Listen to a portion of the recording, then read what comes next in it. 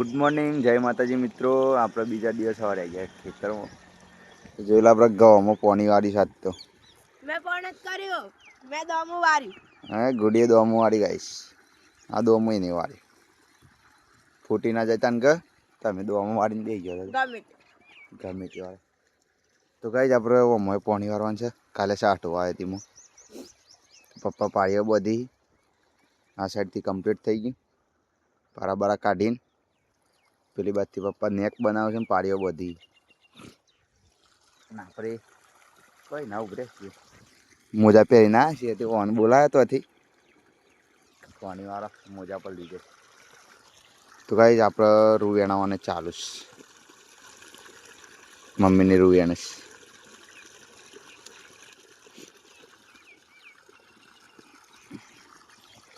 આપણે શું કરીએ કોઈ હા અત્યારે તમે ચોંપડ ખાવા બેસી છે પછી તોડીને લઈને હેડી આવું